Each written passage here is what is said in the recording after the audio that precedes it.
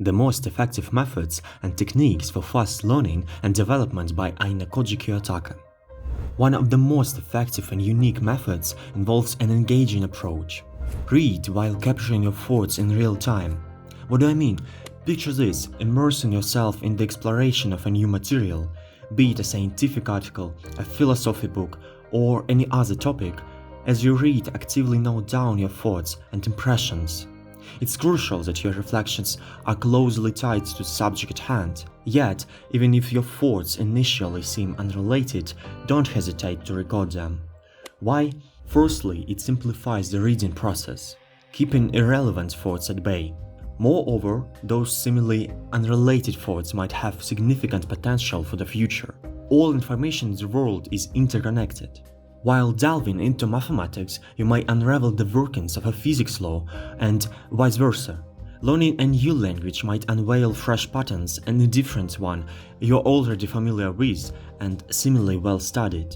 In general, this unique reading method holds incredible potential for development, learning, and expanding consciousness. Why is this method so effective? When we speak our thoughts out loud, whether we write them down on paper or in electronic form, it doesn't matter. We engage in the process of concretizing and structuring knowledge.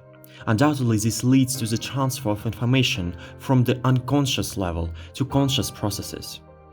What's especially valuable is that even if you never read your notes again, your brain has already processed this information, solidifying it in the conscious part of your thinking for a longer period. So, this method not only reinforces acquired knowledge, but also extends its impact on your memory and hence your life. The next time you decide to delve into something informative, remember to complement your reading with actively writing down your thoughts. This isn't just an excellent way to deepen your understanding of the material, but also a powerful tool for organizing and retaining crucial information in your consciousness. Let's illustrate the use of this method with an example. I'll provide an approximate excerpt from Robert Greene's book, The 48 Laws of Power. Everyone judges by appearances. What cannot be seen holds no value. Therefore, never allow yourself to get lost in the crowd or fade into the background. Stand out, catch the eye no matter the cost. Magnetize attention to yourself, appear larger, more vibrant and more mysterious than the multitude of modest and polite individuals around you. So, after reading this excerpt, it becomes clear. People judge based on appearances. It means grab a notebook or anything else and write down. People judge everyone, including you, based on appearances and the actions you take. This is useful and important. It's essential to capture people's attention at any cost. In the text, specific actions are not mentioned. It focuses only on the appearance. However, this was one of the initial thoughts that crossed my mind after reading this excerpt. I may partially agree or disagree with what was read, adding my own perspective. So, you are not merely rewriting what you've read, but contemplating, reflecting, and specifically write down your thoughts that were prompted by the reading. Even the simplest articulation of thoughts aloud provides us with an amazing tool for structuring not only educational material, but also our life activities. However, there is an even more effective way to deepen this process. Try teaching it to someone else, be it a real person or an imaginary companion. Let's break down this method into components. Imagine that we encounter material that was previously unknown. What should we do immediately after studying or reading it? We attempt to convey our thoughts, our understanding of the material out loud. But what if we go even further and imagine explaining this new knowledge to another person, who might be a fictional character? Let it be Ayanokoji. This technique proves to be highly effective, as when teaching someone else, we, as teachers, are compelled to structure the acquired information clearly and comprehensibly. In the role of a teacher, we must demonstrate clarity and efficiency in knowledge transfer, stimulating the brain to delve deeper into the material. So, during this internal learning process that we employ, the structuring of information in memory occurs organically. As a result, our own understanding and assimilation of the subject of study improve, and we observe how our knowledge gains a more stable nature.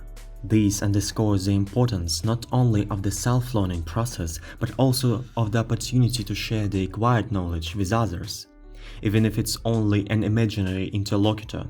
In this internal role exchange, we see how learning becomes a two-way process, leading to a deeper understanding and better mastery of the studied material. Next, when it comes to reading, establishing a specific goal is important. What can be considered as such a goal? Let's explore some examples. Gaining a deep understanding of a particular subject, delving into philosophy, physics, psychology, and similar fields, acquiring specific knowledge, or even aiming to unravel a particular question. Suppose you want to figure out how to determine whether a person is telling the truth or lying after reading a specific book. That is indeed a wonderful goal. It is crucial to emphasize that these goals, like in any other context, should be clear and precise. However, it's worth noting that reading aloud or to oneself can slow down the process of information absorption. It's important to learn to avoid this automatically. I'll provide an example. Suppose you have an exam and you need to quickly find information on a specific topic or highlight a historical fact in a lengthy text. In such a situation, you will inevitably scan the text with your eyes, almost not reading, trying to catch the keywords. The same approach should be taken in regular reading. An exception may be when you're reading with a goal of learning a new language, understanding its structure, spelling rules, sentence constructions, and so on.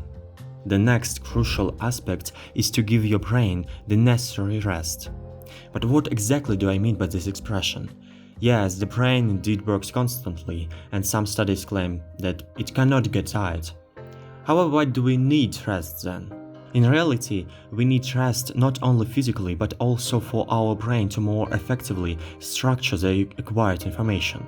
Regular breaks create an opportunity for the brain to process, absorb, and organize knowledge, ultimately contributing to better retention and application of information in the future. I suggest incorporating such an approach into your workflow. Every half an hour, 25 minutes of work, reading, or any other activity, take 5-10 minutes for a break. During this time, you can take a short walk, stretch, or do eye exercises. It's also essential to reflect on what you've just learned or read and how this knowledge can be beneficial in the context of your current task or learning. This approach will not only help you recharge physically, but also provide a fresh perspective on the material covered. Returning to reading or learning, you will be ready for a new cycle of work with a refreshed perception and high concentration. And of course, don't forget about consistency. It's important to read every day, whether you allocate 6 hours for reading or just a few minutes. The key is regularity. That's the essence. Even brief daily reading will help your brain adapt to this process. Imagine that reading is a workout for your mind. Every time you pick up a book, you provide your brain with a unique opportunity to strengthen its synapses, enhance cognitive functions, and deepen your understanding of the world around you. This process is similar to how we train our bodies to become physically stronger and more resilient. Imagine deciding to read just 15 minutes every day, covering around 10 pages. These 15 minutes transform into a kind of ritual. It's a brief but consistent exercise for your mind that over time leads to a noticeable enhancement of your cognitive experience. But what happens if you miss even just one day? And this is crucial. When you skip days of training, learning, or developing, whatever it may be, you risk weakening your discipline. It's as if you are saying it's not that important. Skipping a day won't hurt. Then you miss another day and another. Soon you find yourself needing significant effort to start again. If you're feeling particularly tired, ease up a bit.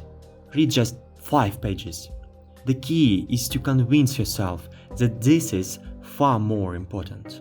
These were the most effective and best methods and techniques for reading books according to Ayanokoji.